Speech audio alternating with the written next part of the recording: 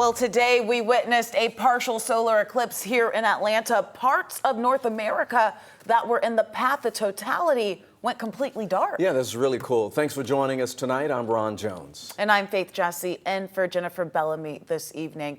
So this was the first eclipse since 2017. And a lot of folks who were participating. The eclipse hit its peak around 3:02 this afternoon. Take a look at your screen right there, folks. You can see hundreds of people on Stone Mountain today getting a glimpse of the eclipse.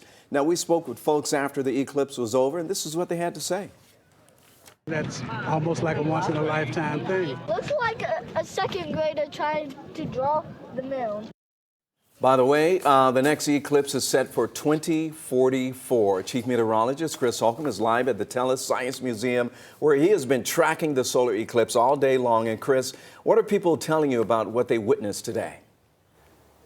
They were loving it. You know, even though we are not in the path of totality, we still had the partial eclipse where about 80 to 85% of the sun was blocked. So, you know, not everybody's able to travel that far away to get to totality. So at least we had a good way to see it here today. And this place was packed. We had more than 400 people that went upstairs in the observatory. We were up in that dome earlier today watching people come upstairs. Take a look at some of the video as they were looking into the telescope. Many of them also were able just to kind of lie in the grass down here and with their solar glasses on just to watch it move through. And what happened was you would look at the full sun and then it just looked like the moon was taking a bite out of it until it was covered like 80 to 85%.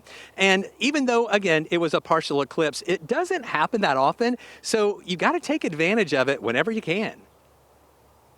They don't happen in the same area that often, and most people don't really have the means to travel to see them.